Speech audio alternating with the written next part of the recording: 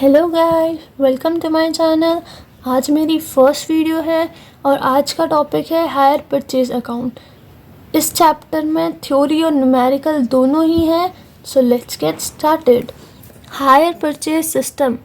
Under the hire purchase system, goods are delivered to a person who agrees to pay the owner by equal periodical installment. Such installments are to be treated as hire of these goods until a certain fixed amount has been paid when these goods become the property of the hire. मतलब एक person जब वो agree कर देता है कि वो उस गुड या एसेट को खरीदेगा उसके ओनर से और इंस्टॉलमेंट में खरीदेगा, वो इंस्टॉलमेंट इक्वल और पीरियोडिक होगी। पीरियोडिक 3 मंथ, 6 मंथ, 1 ईयर का गैप हो सकता है, जब तक उसे फिक्स अमाउंट ना मिल जाए।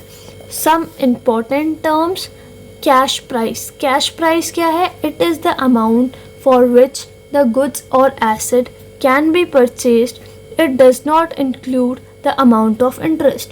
कैश प्राइस वो प्राइस है जो टैग पे लिखा है।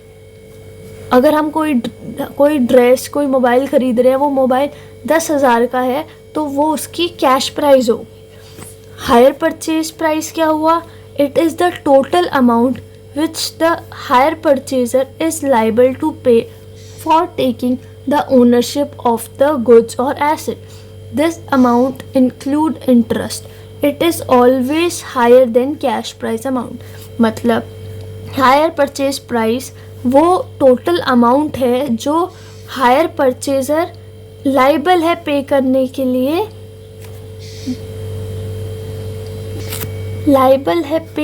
के लिए, ओनरशिप लेने से पहले। वो अमाउंट हमेशा किससे ज़्यादा होगी? कैश प्राइस से। क्यों? क्योंकि इसमें इंटरेस्ट इंक्लूड है और कैश प्राइस में इंटरेस्ट इंक्लूड नहीं होता है। इंस्टॉलमेंट क्या होता है? इंस्टॉलमेंट होता है जो हायर परचेज प्राइस गुड्स और एसेट को पे करता है सेवरल इंस्टॉलमेंट। मतलब वो गैप 3 महीने का, 6 महीने का या 1 साल का जो गैप है वो इंस्टॉलमेंट उस टाइम पीरियड के बाद वो पे करेगा और वो फिक्स अमाउंट होगी तो वो इंस्टॉलमेंट कहलाती है। कैरेक्टरिस्टिक्स क्या है हायर परचेज के? वैसे तो बहुत सारे हैं, लेकिन अब हम स्पेसिफिक पढ़ें तो पहले तो purchase is credit purchase. Credit purchase मतलब ये जो हायर परचेज सिस्टम है ये पूरा उधार पे चलता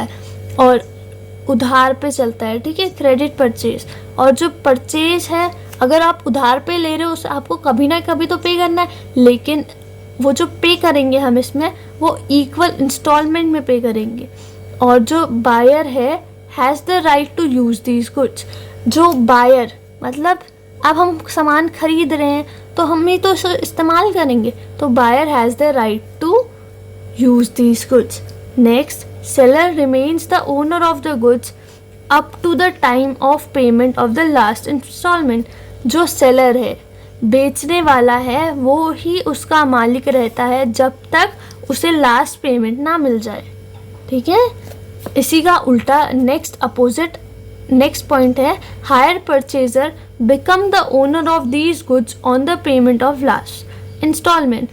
अब हायर परचेजर जो इंसान खरीद रहा है वो ओनर तभी बनेगा जब वो लास्ट पेमेंट दे दे ओनर को, तभी वो उसका राइटफुल ओनर बनेगा।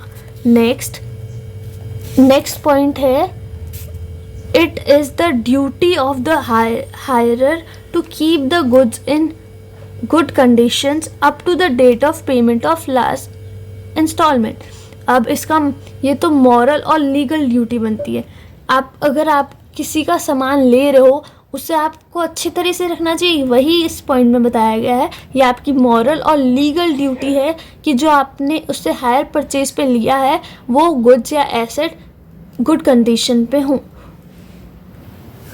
Next, hirer has the right to terminate agreement at any time. Hirer के पास राइट है कि वो एग्रीमेंट कभी भी तोड़ सकता है। और if the default is made in payment of installment to the owner can have possession of the goods subject to legal requirement. अब जब सेलर है वो इक्वल इंस्टॉलमेंट या वो उससे वो पेमेंट करने में डिफ़ॉल्ट हो जाता है तो ओनर का राइट है कि वो उससे वो सामान वापस ले सकता है. ठीक है. अब इसमें एक इम्पॉर्टेंट क्वेश्चन बनता है कि हायर परचेज और क्रेडिट सेल्स में क्या अंतर है. हायर परचेज और क्रेडिट सेल में छोटा सा अंतर है, वो है ओनरशिप का. ओनरशिप मतलब वो सामान किसका है. Ownership is transferred after payment of the last instalment. Hire purchase में ओनरशिप ओनर के पास ही रहेगी जब तक लास्ट इंस्टॉलमेंट उसे ना मिल जाए.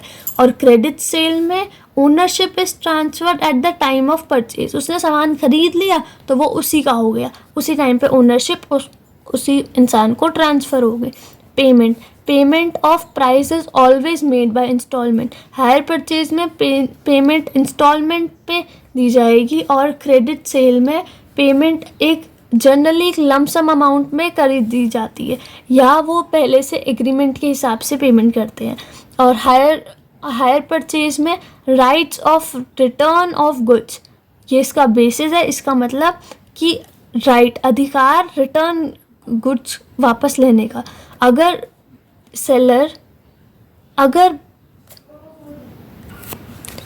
right of return of goods, if default is made in payment of installment, seller can take back the goods as per legal requirement.